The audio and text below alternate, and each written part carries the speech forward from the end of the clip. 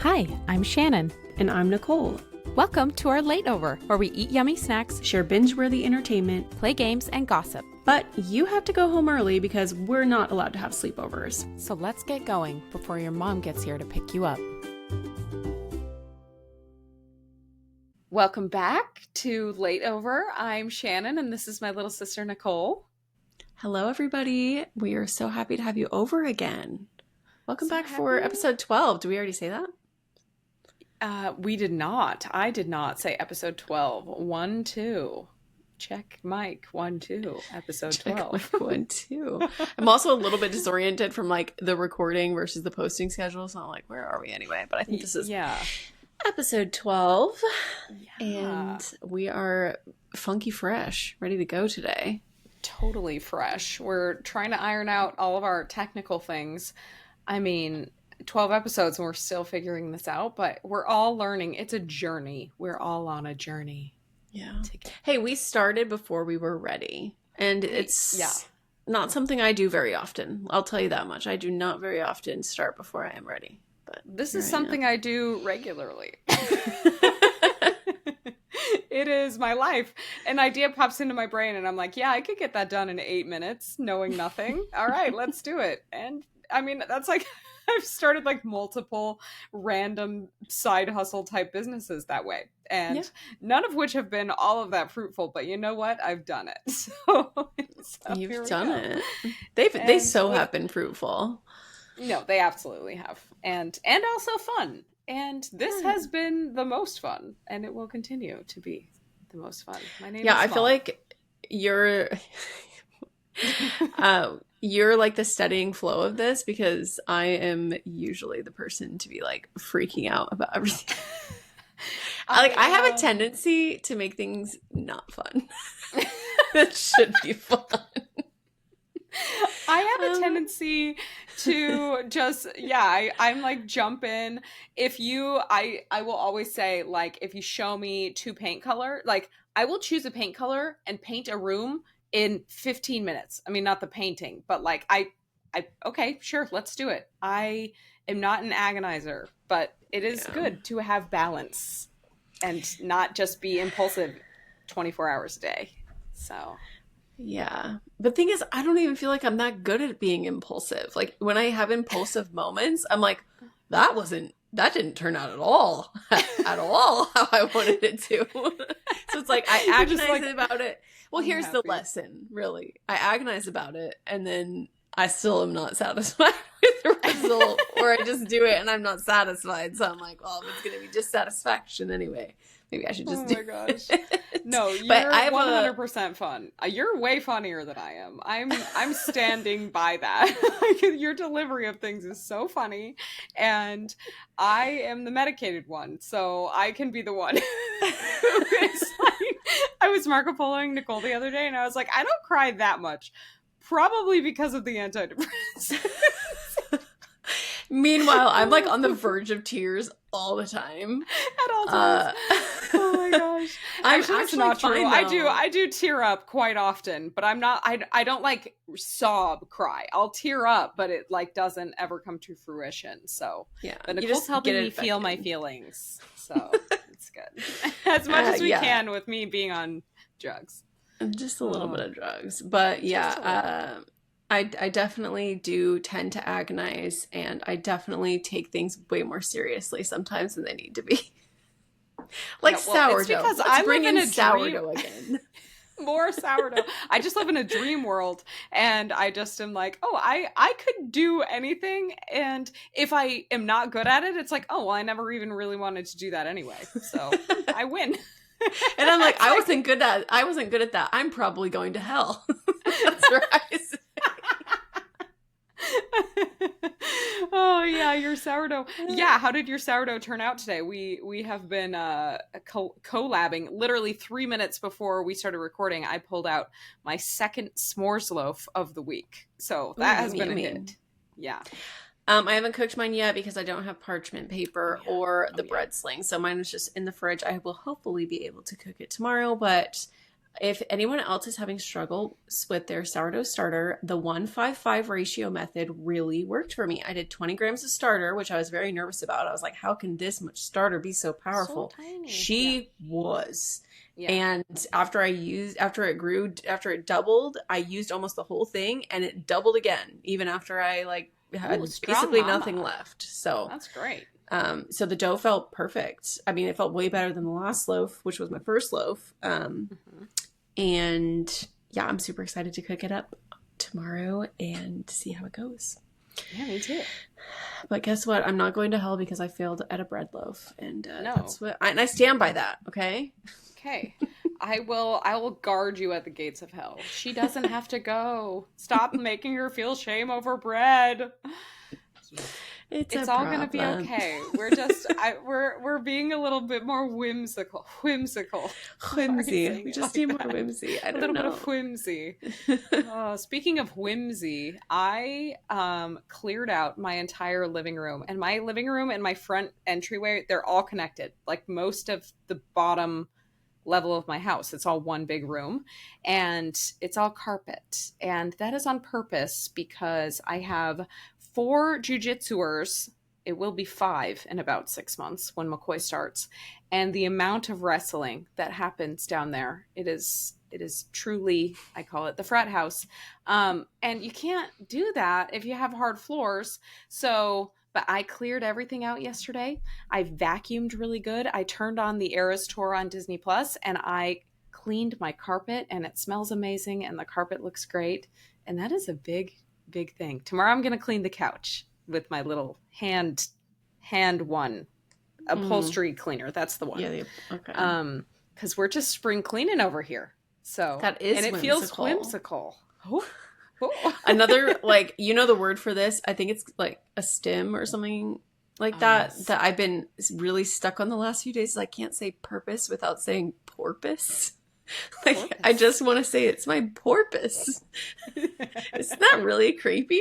Like, I why think is my it's so brain funny. doing that? It's just stuck in that. That's Yeah, so I don't funny. Yes, know. Nicole helped me order because if you haven't figured it out by now, Nicole and I are codependent.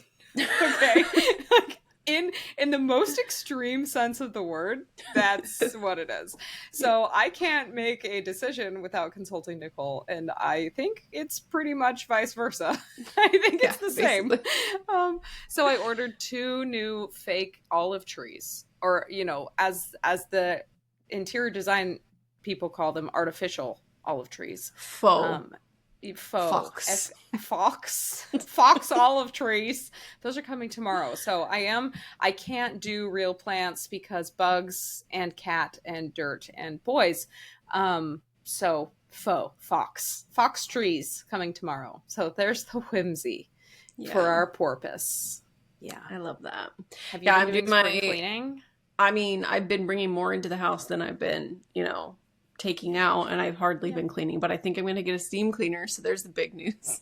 I have one Ugh. in my cart. So at least there's Please that. film you doing like your window tracks because that's what I want it for. That's it. Yeah, I've heard such conflicting information because I've heard like it basically just sprays everything everywhere. And so I don't know if I'll do like that, but I really want it for the shower and I want it for windows because I don't Yeah. feel like they get that dirty, but I'm a little nervous about the window tracks. But anyway, I'm redoing my office. I'm trying to get my office to be the vibe that I'm looking for. I ordered so much stuff, as I mentioned in our last episode, and nothing worked. I set it up for Mm. hours. Nothing worked. My monitor's shaking. All of my cord management crashed to the ground.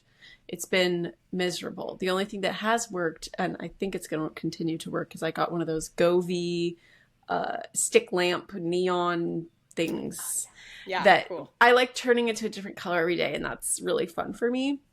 So Hmm. anyway, I'm working on that and I will have it done. This is my project. I'm not going to give up on this until it is exactly how I want it to be, and it might take a long time, it might not, but my first step is getting everything organized. And then after that, it's going to be all the walls around here are going to be the vibe that I want it to be, which is cozy and funky and lots of colors. So hopefully That is a big behind me project. will start to be more exciting. I don't know. We're going to see how it You goes. could opt So, for gray curtains behind you. see, you can't see, I have purple curtains. Oh, I love And they're that. really So cute. whimsical. You actually might be able to see them in a different view. Right now, this view is weird. It's so small. Maybe in the bigger view you can see Oh, it. if it's But like wide. yeah, Yeah. I have deep purple curtains. So already bringing Love in a that. little bit of color. So that's my main thing. I get really overwhelmed because I start a project. Like, let's circle back to what we were just saying at the beginning of the episode.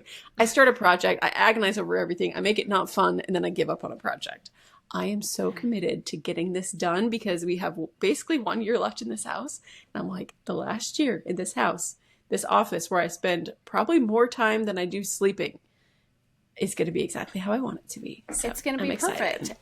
And then you can take it to the next house and you'll already Exactly. have it figured out and ironed out. So Yeah, it'll be done. So it'll the be whimsy will perfect. follow you. The whimsy will fall. But that's what I want it to feel in here. I want it to feel dreamy and colorful and kind of like you're in space and not on this planet working. Space. That sounds awesome. Take me away. You got your pocket full of sunshine right here. Exactly. Oh, man.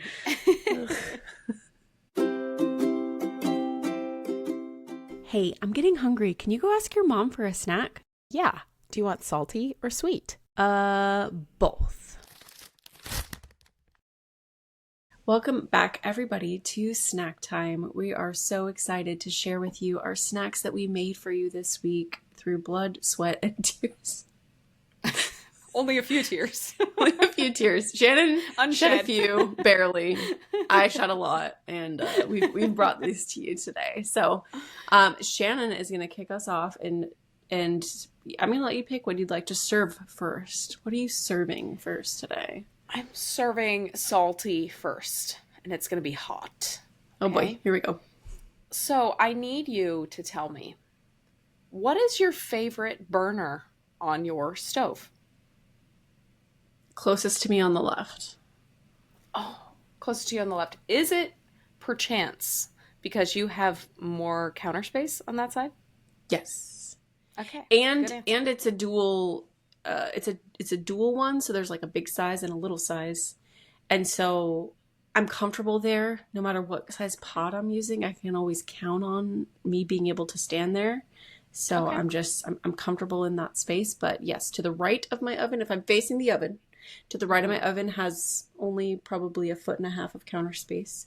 To And the then left your of my fridge, oven, right? and then the fridge. Yeah. And then yeah, to the left of my oven has a lot more counter space, probably 3 feet of counter space.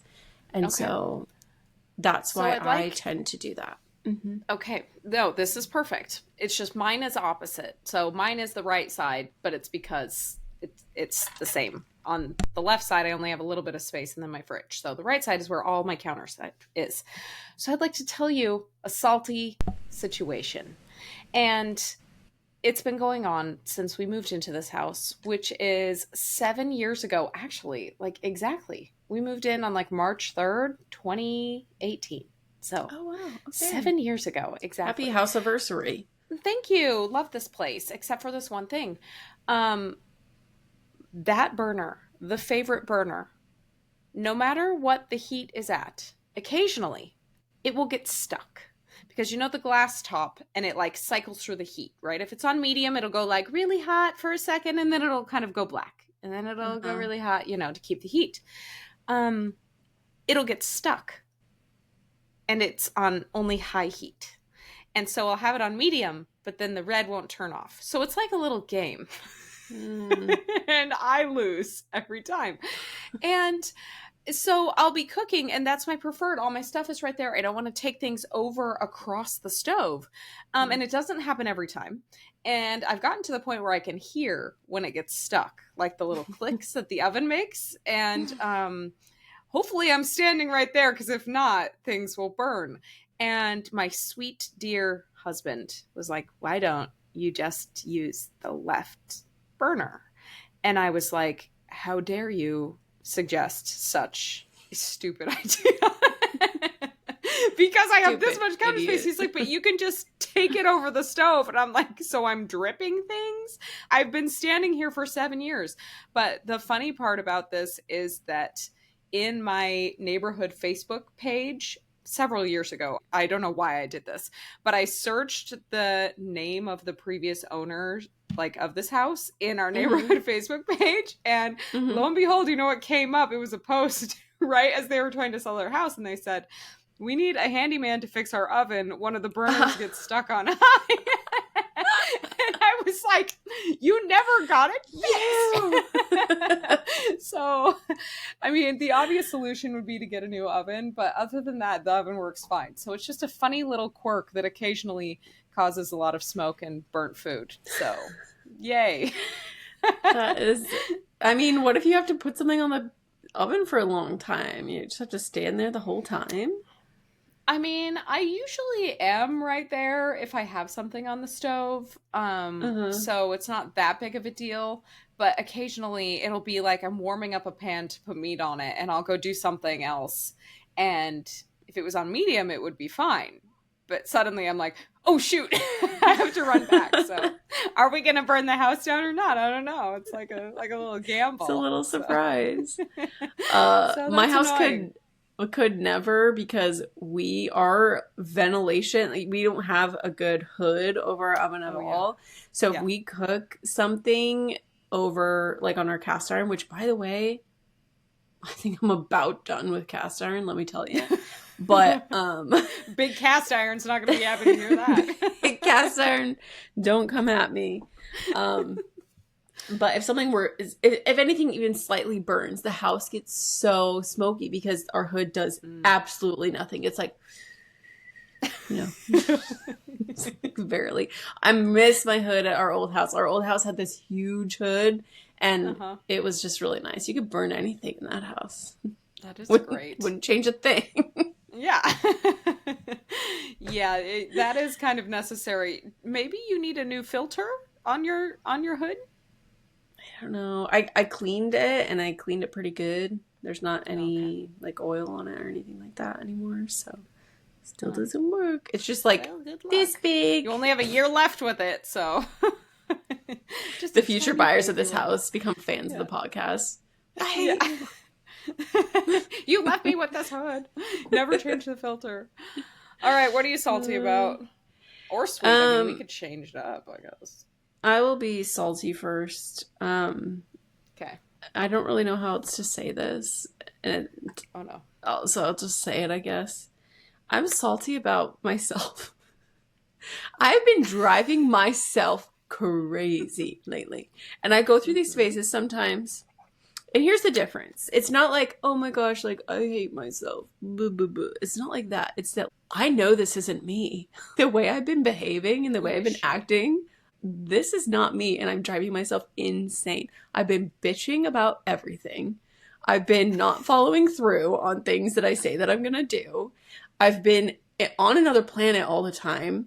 I'm treating doing my office like I'm doing like open heart surgery or something like that. I am being so dramatic about absolutely everything. At any moment of the day, I'm like, what can I be mad about? I just want to be so mad. And it's been weeks of this. And I blamed it on the flu, right? But at some point, I have to pull myself together. And I've been trying to pull myself together. And then I keep being a whiny little bitch. And I want to love myself. And I do love myself. But sometimes that means you have to be tough love. So I'm telling the people as part of my salty, I'm going to stop being so freaking annoying. Because I'm driving myself I made crazy. myself a phone background. I'll have to send it to you. It was my phone background for like half the year last year, and it said, stop being a little bitch. And let me tell you, it was impactful. So you did send it to me, and I did have it for a little while. But that's like, this is the reminder that I need, and it's what I'm salty about, because I'm like, you are acting like a little bitch. And you need to pull yourself together. There's no excuse, and excuses don't help. It's not about making excuses and not behaving differently. This is me calling myself out and saying, girl, I don't know who you are or who you think you are, but you got to get moving. So anyway, I don't know what the solution is. Girl, stop it.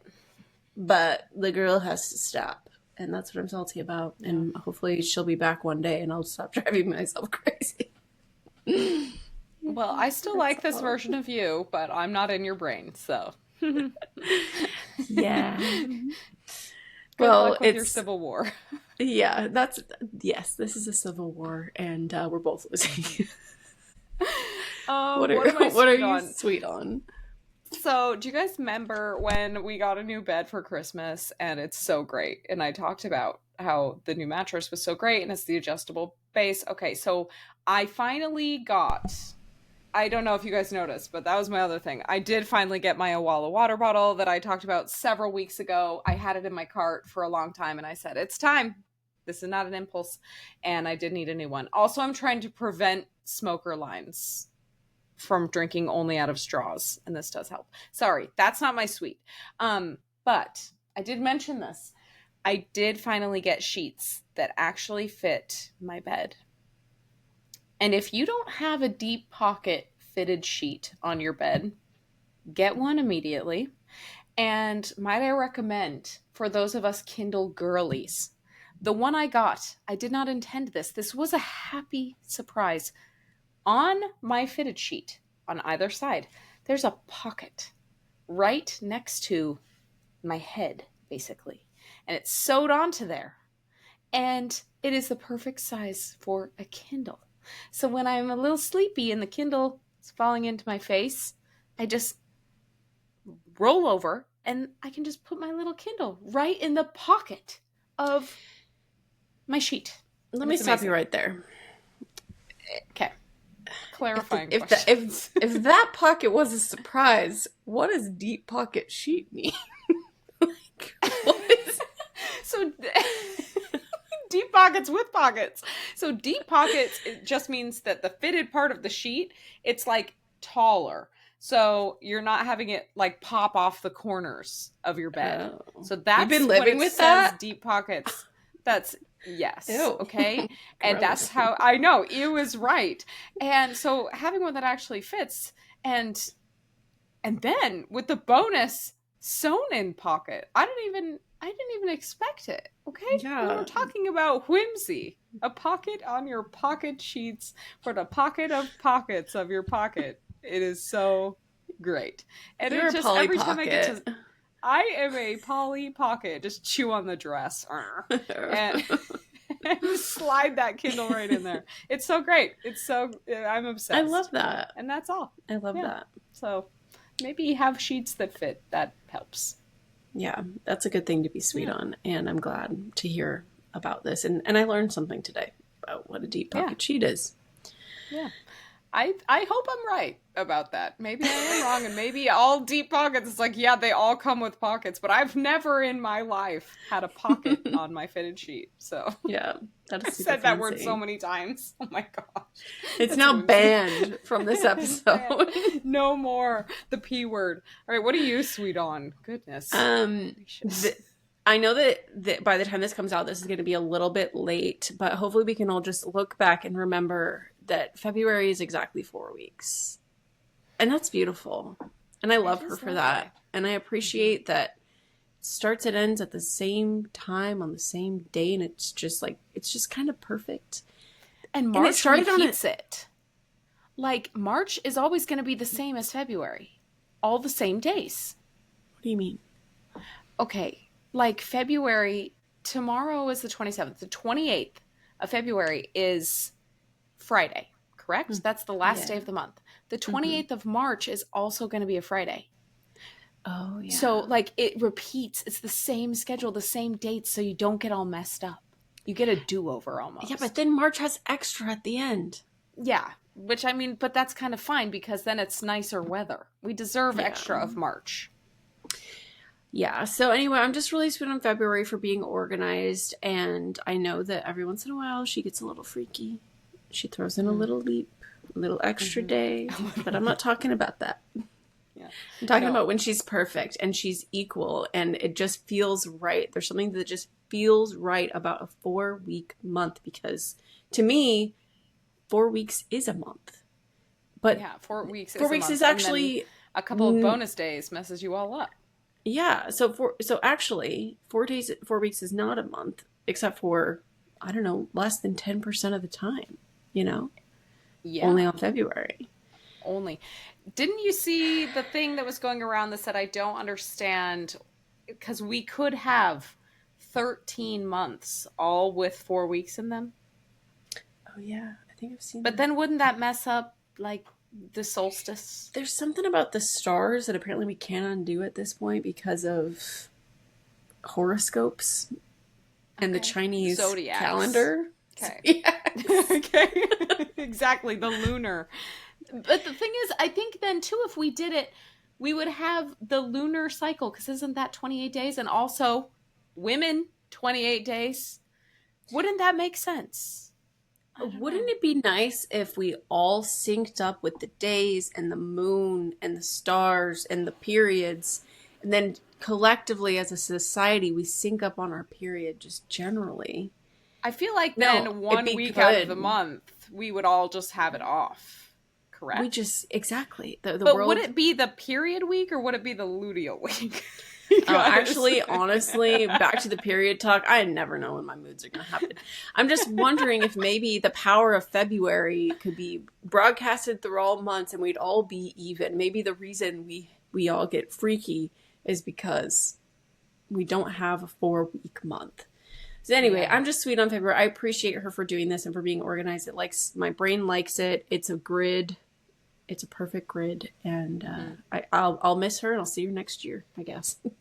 Bye. Speaking of weird grids, daylight savings is in a couple of weeks, and apparently, again, there's a bill to say, hey, let's just do this daylight savings and never go back. Yeah, Could that we would be do great. that? Let's Like, please. with all the stuff the government is trying to get done right now, if they could achieve this, Yeah. who could complain about that? I don't know. Somebody would. So, yeah, good job, February. We love you. Love her for that.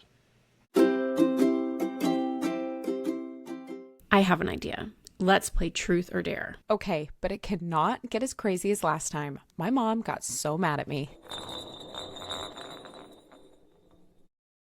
All right. In our next segment called Truth or Dare, I'm going to ask Nicole to play a little game. So, Nicole, truth or dare? This week, I'm going to have to go with truth. Very novel. I have a pretty straightforward question for you. And my question is, what is the most embarrassing email address you've ever had? Oh. Honestly, it's not that bad. I actually think it's cute, but it's still the worst. Okay. Danson Nicole 5 at Comcast.net. But the And- Jansen was the N, correct? Yeah, so you Okay. link the N. So Danson Nicole. There's only one Yeah. N, so it kind of like connects it together. Because I was dancing. Yeah. And everybody's And gotta did you know only it. have one email as a teenager? No, that one was like my first one that I probably got at like 5th or 6th grade. Mm-hmm. And then my next one was like I don't really know if I want to tell my email. What is your password to this email? Tell the people. My next one was just like my name plus some numbers. Like it wasn't anything Okay. too crazy, but I put my Comcast.net email to rest a long time ago. I think I logged into it a few years ago and it was just memory full, like game over. Yeah. And I was like, well, Rip that has a bunch Comcast. of crazy stuff on it anyway, so I don't care. Yeah. Yeah, stuff. so not too embarrassing. How about Well, you? it's not too bad. So I feel like I hit the peak of the AIM username and email. I had lots of email addresses and I changed it based on my interests. But I do remember two. My primary one was singingsweetie8 at hotmail.com. Okay. That was the classic for a really long time. I mean, And I think until in I case went to anyone college. if somebody couldn't guess, I'm 99% sure Danson Nicole Fire was born from singing Sweetie. Because I'm like, well, Shannon's going to sing. Nicole's got to dance. Nicole's got a dance. We are the full show. Da, da, da, da, da. So much whimsy. But I like how yours had your name. Mine is just Sweetie.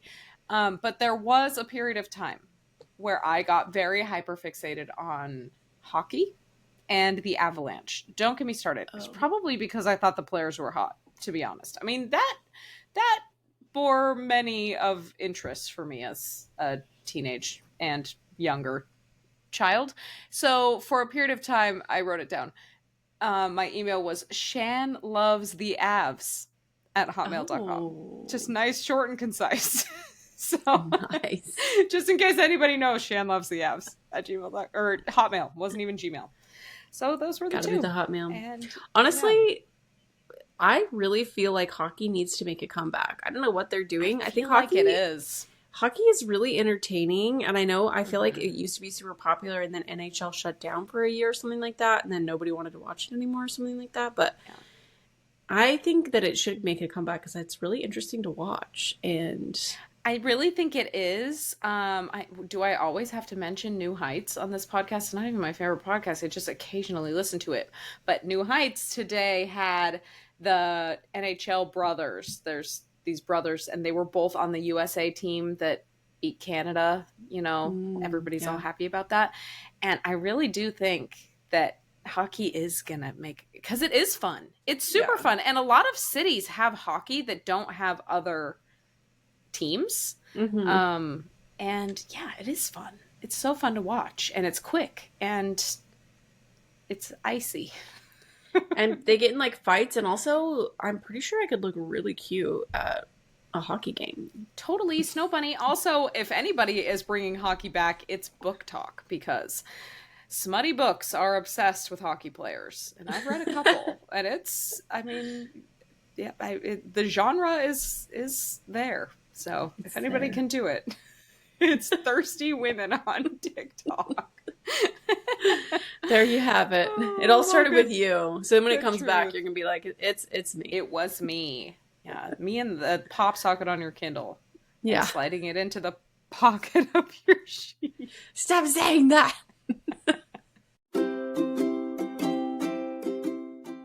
Ugh, my mom is outside. I have to go. Quick, before you go, what should I binge this week? Welcome back to a very special segment of Basic Binge, because your mom actually just texted you that she's on the phone having a private conversation in the car and wants you to stick around for a few extra minutes. So today we have prepared for you our top 5 favorite songs. Yes. Okay, so here's how this is going to go. We both prepared our top 5 favorite songs, and we're going to share them with each other. And these are just songs that we love. We're not trying to convince you or each other that these are the best songs in the world or anything like that. We're just sharing our personal favorite songs, and we'll give some reasoning behind it. And I was just curious, how did your process go in picking these songs? So, yes, I did like what you said. We're not trying to make a case that these are the best songs ever made. It's just like favorite songs as it pertains to us. And also, it's only 5. I mean, we can all say, we love so many songs. I approached this first with the parameter that I was only allowed one Taylor Swift song, which you can laugh at me, okay? Everybody can laugh at me out there. I can hear you. But there are lots of Taylor Swift songs that mean a lot to me. So that was one parameter. But then I actually have a playlist on Spotify called All Time Faves. So I referenced that. And I did come up with 4 of my 5, but then I did add my 5th from there.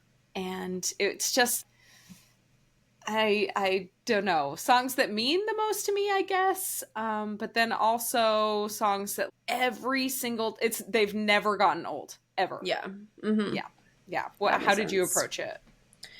So I gave myself basically a 10-minute timer, and I said, all right, I go find as many of your favorite songs as you can. And so it was just off my head, and it was a scramble, because I'm like, okay, if they're actually my favorite songs, I'm going to remember them within these 10 minutes.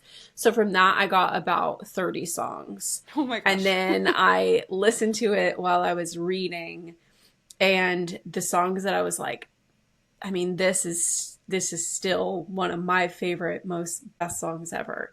I moved it to a second playlist called Okay. Round Two, and that got Okay. it down to 13. And then I made a final playlist, and that one had 8. And then Oh from there, man. I had to cut 3. So, Okay.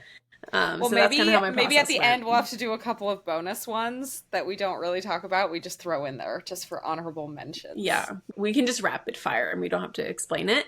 And then I was thinking, I'm going to spring this idea on you Ooh, live. okay. Let's go ahead and combine our top favorite songs and share a little playlist at the end of this. So you guys can jam to our favorite songs. Okay, I love that. And I think too, yeah, to have a podcast playlist, it will be awesome. And then if we talk about songs in the future, or we do this again with different parameters, like happiest songs or saddest songs, we can add them. Yeah, Okay, totally. great. So, Love that idea. anyway, all right. So I'm going to have you go first. And I'm going to say right from the beginning, these do not have to be in any specific order. I don't think mine are in a specific order. Like, I don't think I have my top favorite song.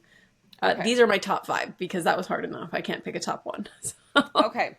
So mine are kind of random. How should I do this? I'll just get my Taylor Swift one out of the way. Okay.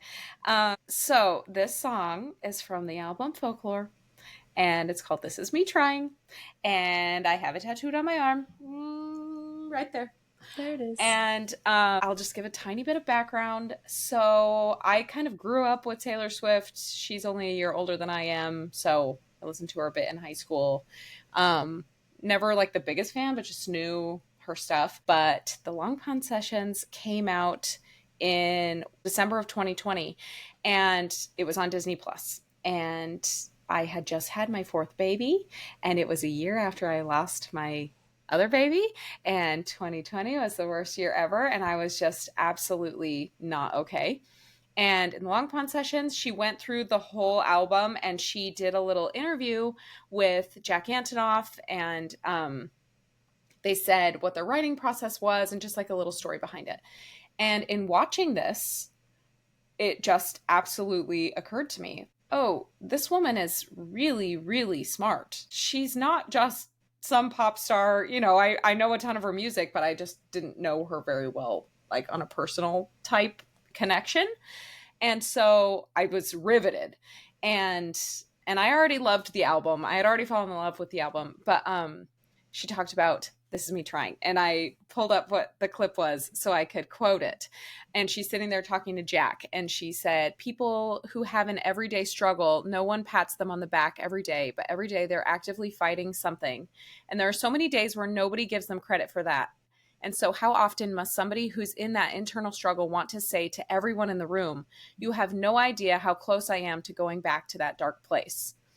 And then it goes to Jack, and Jack's referencing the first verse where the lyrics say, pulled the car off the road to the lookout, could have followed my fears all the way down. And Jack says, not driving off the cliff is an act of trying. It's the ultimate act of trying.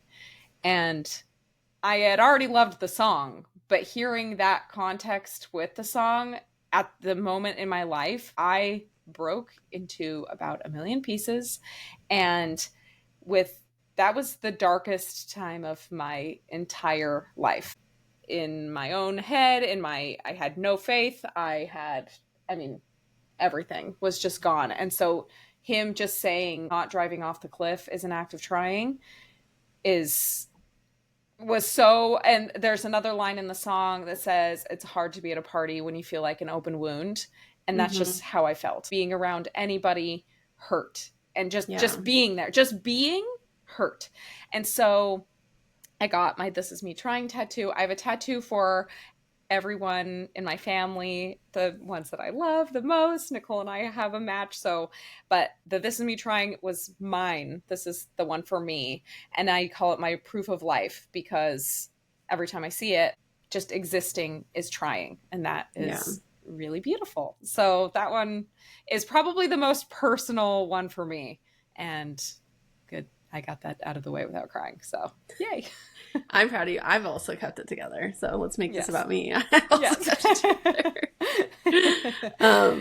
love that. And that is such an amazing song.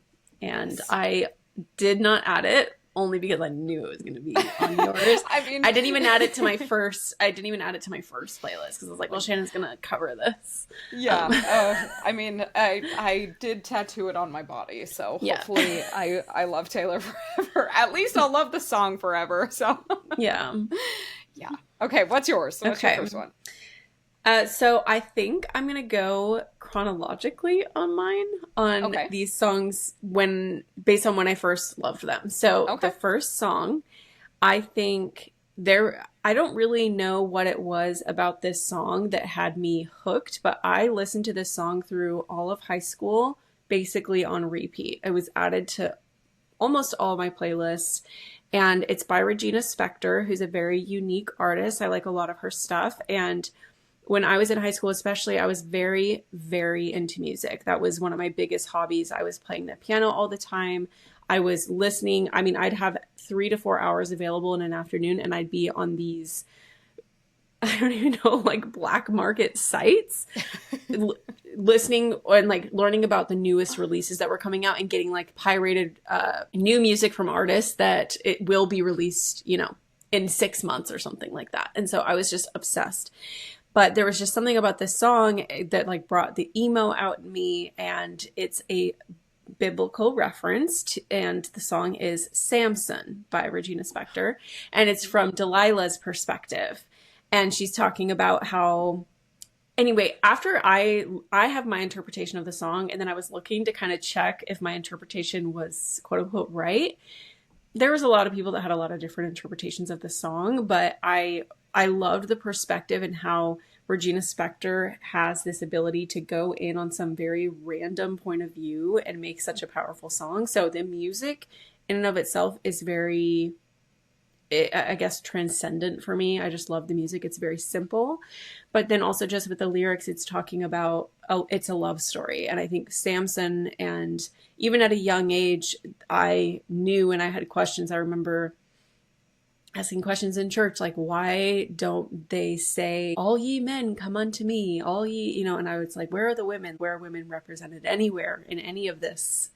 And I loved the perspective of Delilah and Samson. And she's saying, I loved Samson, and I wasn't there to trick him. He wasn't even mad at me after I cut his hair because he loved me back and all that stuff. So I loved that deeper meaning, but more than anything, I could just listen to it on repeat. And it was just a song that was always there for me.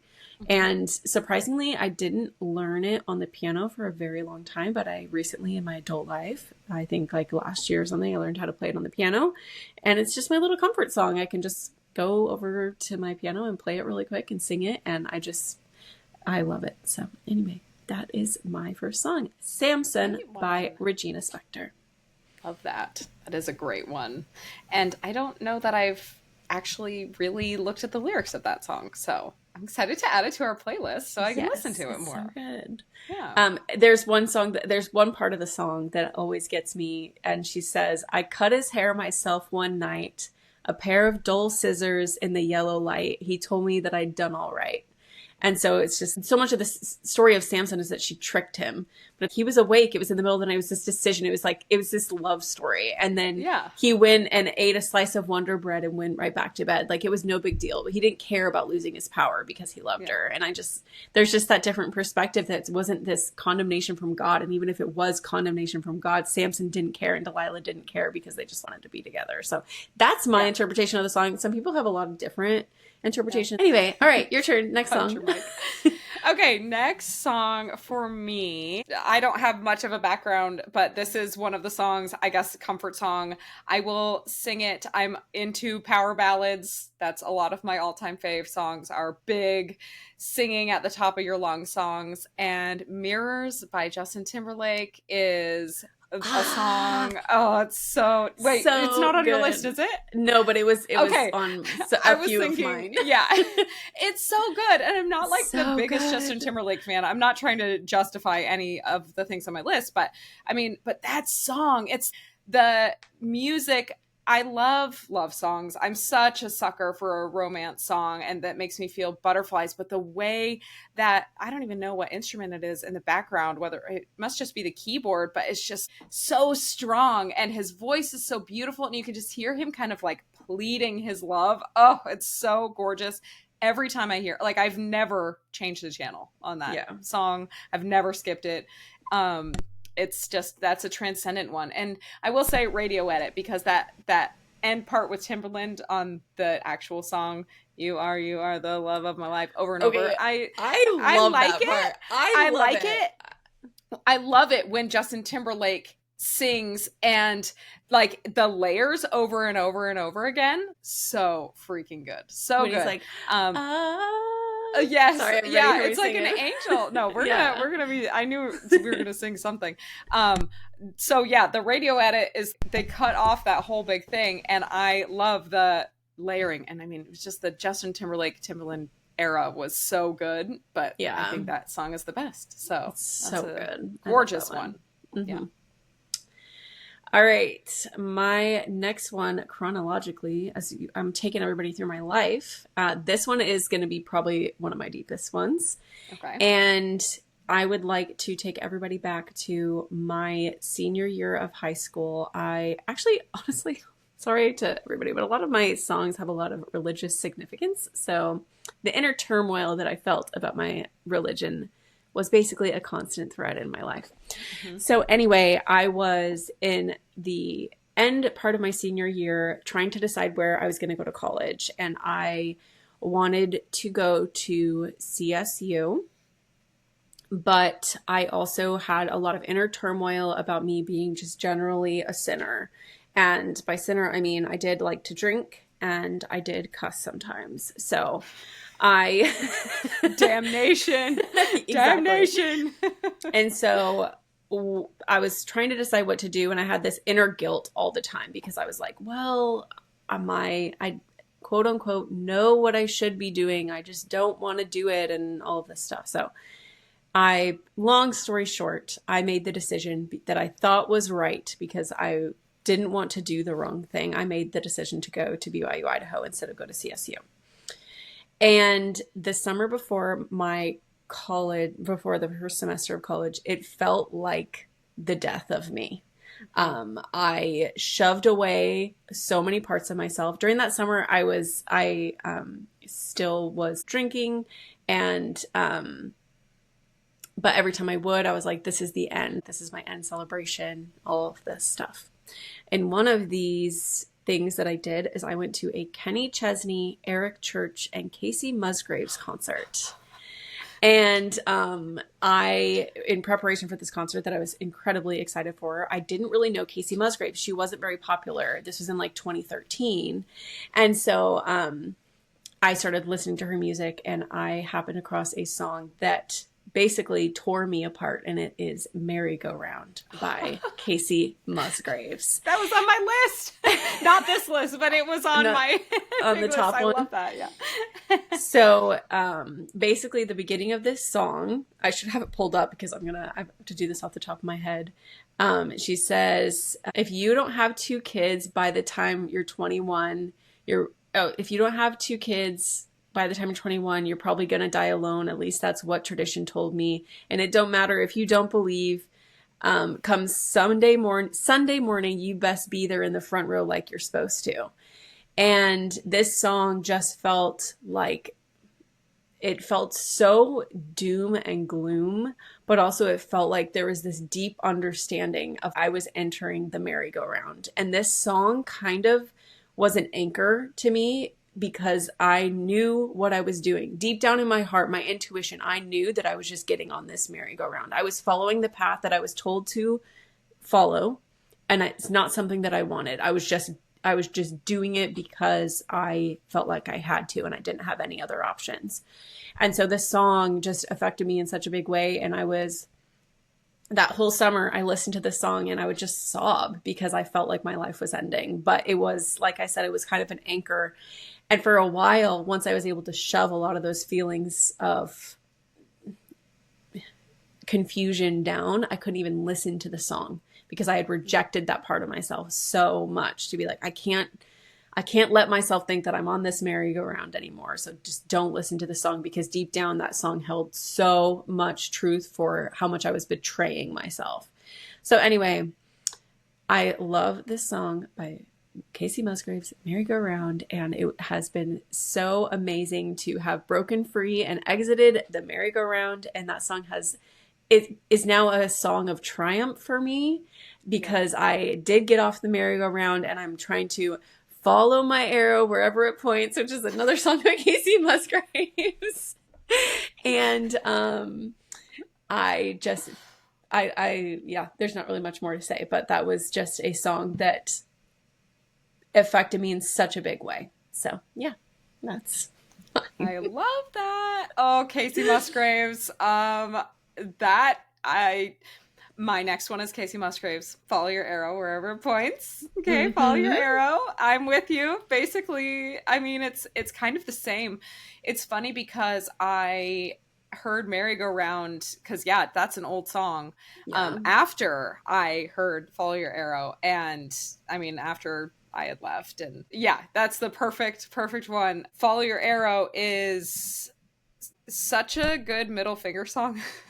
And there's rage in it, but it's full of all these things. If you save yourself for marriage, you're a bore. If you don't save yourself for marriage, you're a whore. You're a whore. And if you don't go to church, you'll go to hell. But if you're on the front row of the pew, basically you're self-righteous, I think. Exactly. She says. Yeah. You're self-righteous. You're a self-righteous son of a gun. I should have this pulled up. I am totally botching this. I had so much of these other ones pulled up. So make lots of noise, kiss lots of boys, or kiss lots of girls, if that's what you're into. It's just so, it's almost like everything is tied in a bow. This is why, guys. You want to know why I had to leave? This song is exactly why. Because I could never do anything right. Nothing was right. I was either too fat or too skinny. I was a prude or I was a whore. I was boring or I was way too over the top. And it's just like, I felt that way my entire life. Just like, oh, I have to live within this tiny little space, and my arrow is not pointing in that space, and I am tired, and follow your arrow wherever it points. And it really is a happy song. That's why I like it, because it really is, you're stuck in all these conundrums. Just get out of the conundrums. Come on, just follow your arrow and you'll be happy. And I love it. I love it so much. So, I could have done 15 Casey Musgrave songs. Golden Hour album is just, and that's not, neither one of those songs from that album, but oh my gosh, just Golden Hour is also one of the best albums ever. So yeah, it did win best album, I believe. So anyway, I love our little Casey Musgraves moment. Perfect. Yeah. Awesome. Okay, so this next one is, sorry, I'm trying to think chronologically. There's not a ton to say this one. This one is my transcendent song. I don't know if there's much backstory. I know that when I first heard this song, I was I think this was in 2020, in one of my deepest depths of depression. But this song took me to a different planet, which is what I wanted to be at. Mm-hmm. And I learned a little bit more of this song, the first lyrics of it is, pushing past my limits, tripping on hallucinogenics. The cigarette burned my finger because I forgot I lit it. I don't know if I said it like that. And it's about this artist first time doing meth. And as he's coming down from the high, he realized like he pushed it way too far. And he's this person that he doesn't know if he wants to be. So he's just kind of like describing this experience. That's what the artist said. So the song is Hallucinogenics by Matt Mason. I think is how you say it. Mason.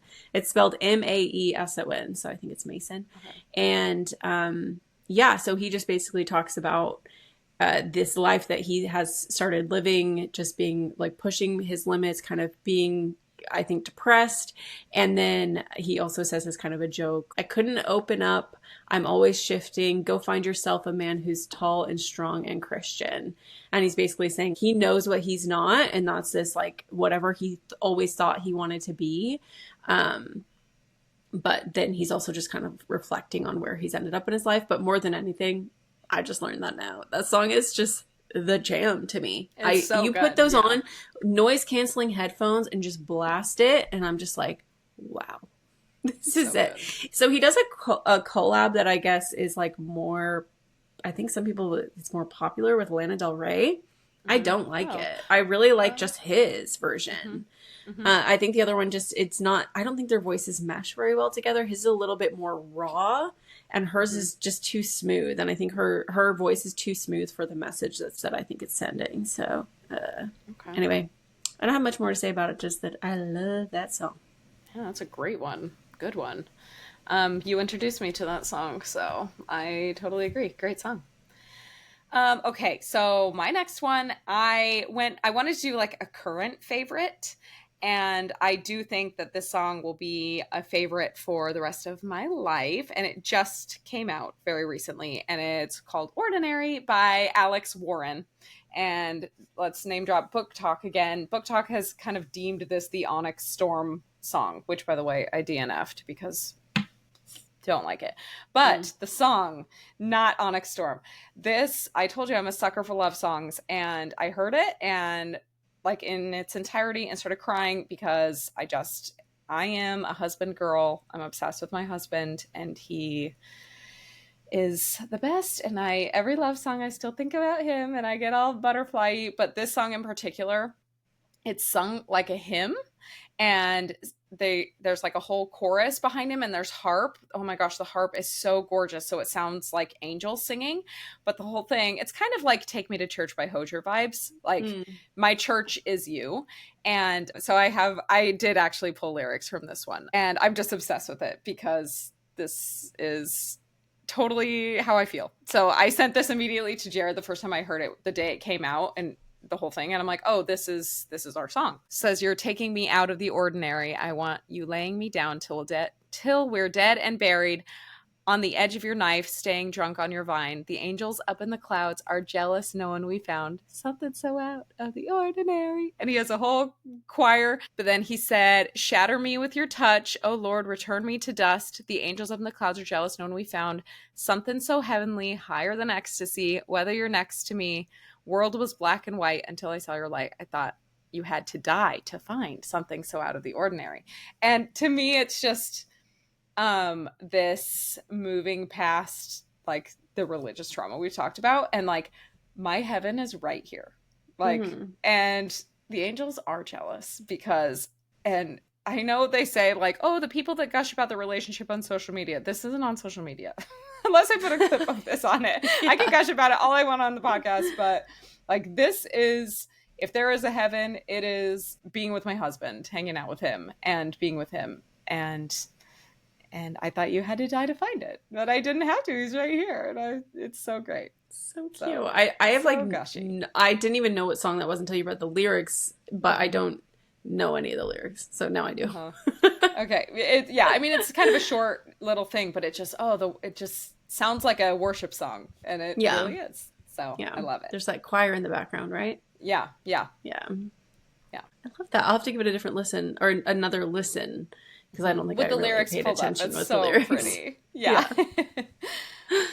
Awesome. This one I should have looked up more, and this was a very recent-ish popular song, and the time of my life that this came out, or at least I was introduced to it by our sister-in-law Courtney, was right as I was coming out of the depths of hyperemesis gravidarum when I was pregnant with Brooklyn.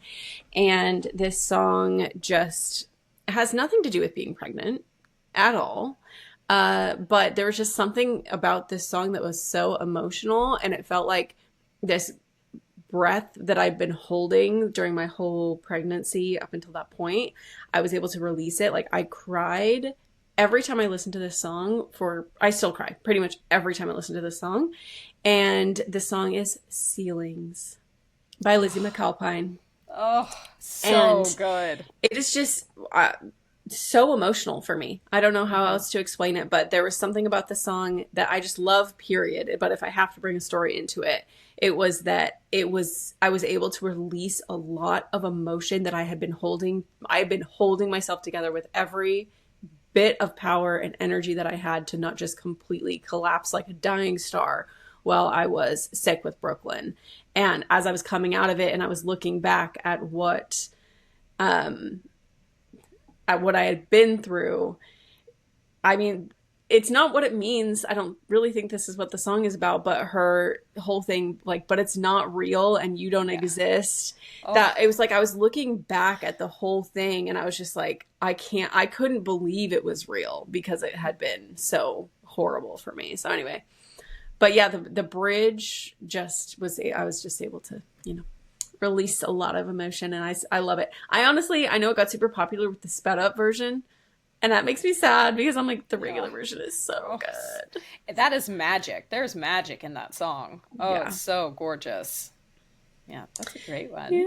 All right, let's hear your last one. I'm so excited. Okay, my last one.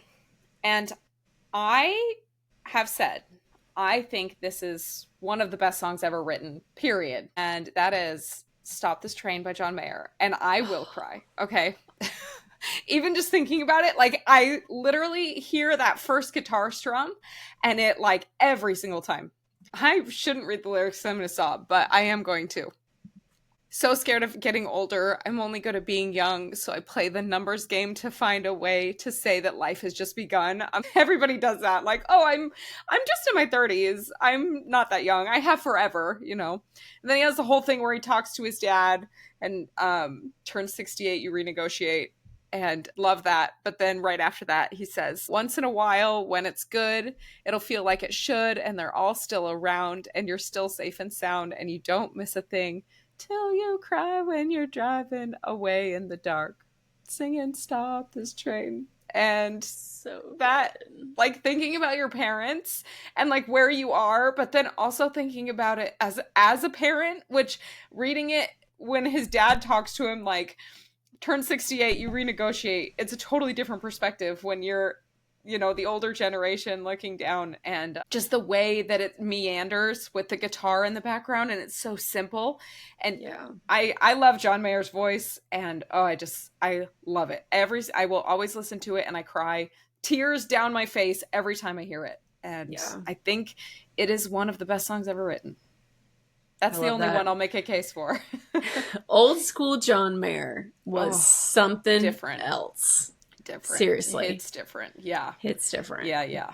I love his whole Heartbreak Warfare album. And that really, after Heartbreak Warfare, I didn't really listen to him very much. But that came out when we were in college. And I don't know that there's been much. I think that was really like a really good pinnacle, I feel like. But oh man, I mean, you could go on and on about that particular album, but yeah, Stop This Train. That's Stop This Train is from Continuum. Yes, which is also Slow Dancing in a Burning Room. That was one of my top. Yeah. That one I had to cut. that one is one of my favorite songs. So incredible, and just it's the guitar, and like, love him or hate him, the way that man communicates with the guitar. He was on, was it Call Her Daddy? She interviewed him and he had his guitar, and I thought the whole interview was going to make me really cringe. Mm-hmm. And he played for probably 30 minutes at the end of the interview. And I was riveted when I tell you. I couldn't get enough. I could watch him play guitar. It's like he's otherworldly with how he communicates through it. And oh my gosh, just so good. So good. I've seen him in concert. Did you know that? I think I did know that, actually. Was it amazing? I bet it was so good. Well, the biggest thing was it was after his most recent album, and this was summer before my college, so it was in 2013. Yeah. And he played mostly his new stuff, which was really a bummer. So it wasn't Heartbreak Warfare. It was the one after that. I remember you going to that. Wasn't it at Red Rocks? Yeah, it was at Red Rocks. Okay, I do remember, and I was very jealous because seeing him at Red Rocks, was amazing live. Absolutely amazing live. Oh my gosh. So, and his voice, yeah. So good. All right. Okay, I'm excited for your last one. All right, more intense stories. Okay, sorry. So this is my Taylor Swift song, and this one, I know that a lot of what we've talked about with these songs, and it comes up on the podcast, that we both have left the church. The song that is my Taylor Swift song is Thank You, Amy. And the lyrics to me, I mean, this song is from Taylor Swift's perspective to Kim Kardashian. And she's talking about basically, when I picture my hometown, there's a bronze spray tan statue of you, which for me, that's the Statue of Moroni. Obsessed. Oh my gosh. With a plaque underneath it that threatens to push me down the stairs at our school, and the plaque is my mission plaque. So anyway, it goes and says, and it was always the same searing pain, but I dream one day I could say, thank you, Amy, all of that stuff. And then she says, and maybe you've reframed it, and in your mind, you never beat my spirit black and blue. I don't think you've changed much, and so I changed your name and any real defining clues. And one day your kid comes home singing a song that only us two is going to know is about you. And that lyric is really important because there is this side of the damage that the church has done to so many people that they deny. And I'm in one of those, and I'm still working through that. And there's like this reframing, this justification of everything and how it was somehow my fault and how I misunderstood. But then in the end, she says, I wrote 1,000 songs that you find uncool. I built a legacy that you can't undo. But when I count the scars, there's a moment of truth that there wouldn't be this if there hadn't been you. So all of that to say, I know that the life that I have now is because of the way that I was brought up and the decisions that I made because of being a member of the church, and that I know that I have my wonderful family, my wonderful husband, and so many things because of what I learned being brought up that way and through the hardship that I had to go through and leaving and this whole process and how difficult it was. Like, in the end, I don't know if I'm quite there, but I'm aspiring to be at the point where I can just say thank you and like put it to rest. And that is a goal of mine. I don't know when that'll happen. Could happen any day. But there's a part of me that says F you, and there's a part of me that says thank you. But this is my favorite Taylor Swift song. So yeah. I love that. I love that. Thanks for sharing that with me and all of us. And I love your interpretations. That's part of why music is so, special. It doesn't really matter. It doesn't matter even what Taylor was talking about or what John was talking about or what Regina was. It's like how it applies to us. And that is so powerful. And so thank you. All right, do we want to rapid fire a couple more? I think I could rapid fire, because I have my list of what was my round 2. I could rapid fire 5 more. Yeah, I'll rapid fire. All right, go for it. Okay. Rapid fire. All right, my first one is Evermore by Taylor Swift. That last line, this pain won't be forevermore. The whole thing, she says this pain will be forevermore. It hurts. And finally at the end, she says this pain won't be forevermore. Like, I'm sorry. Did you just change my brain chemistry? The answer is yes. Exile by Taylor Swift featuring Bon Iver. The sister song. So good. Yeah, Exile's great. I know I said it earlier, but I am going to have to say Slow Burn by Casey Musgraves. My next one I'm going to say is Waves by Dean Lewis, which is collectively probably mine and Chip's favorite song. That is a great one. I'm really trying, but I think another Taylor Swift one is It's Time to Go. Sometimes giving up is the strong thing, guys. Yeah. Let's go with Ocean Eyes by Billie Eilish, the Black Bear remix. Oh, the remix, huh? The original is also fantastic, but the remix is... Ocean Eyes. That's excellent. You are also going to be transcended. I have not heard that one. I will see your Billie Eilish, and I will meet you with the most cliche Billie Eilish. What was I made for? Oh, yeah. Barbie. I mean, that's a killer. And her voice is so good in it. Oh, so good. All right, I've got 2 more bonus songs I have to decide. I'm going to go with Morning by Post Malone. Oh, that is a good one. It's so good. Something about that song. Anyway, it's supposed to be rapid fire. But I never skip that song. Morning is great. That's on Austin, right? Yep. Austin, which is, in my opinion, the best Post Malone album. But I love Posty. I had to shout out Posty because I like his stuff so much. And I don't even know what that song really means, but I never skip it. That whole album is excellent. I'm sorry, but the line where he says, play that do do do do do do do do, like, brilliant. Absolutely brilliant. Okay, you want to know something so funny about this?